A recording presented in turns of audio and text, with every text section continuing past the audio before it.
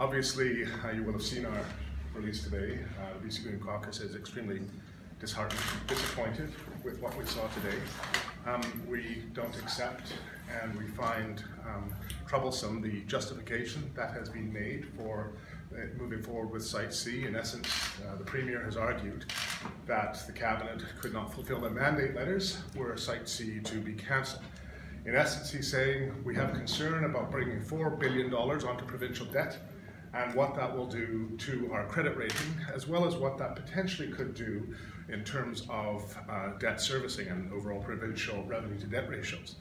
Now, the trouble we have with that argument, of course, is that in August of this year, the BC government, without approaching credit agencies, without concern for provincial debt, immediately withdrew the tolls on the Port Mann and Golden Ears bridges, thereby transferring $4.7 billion of debt onto the provincial debt, with no, as I said, no concern or regard for credit rating, etc.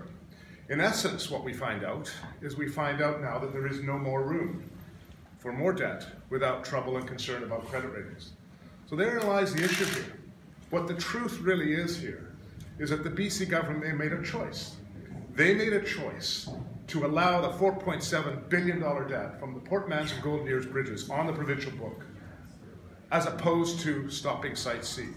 Because they've said, many of their ministers have said, it's a wrong project, we would never have done it. We've got former ministers standing up prior to the election saying they're going to campaign against it, but they move forward with it, with the sole argument that they have to because of provincial debt.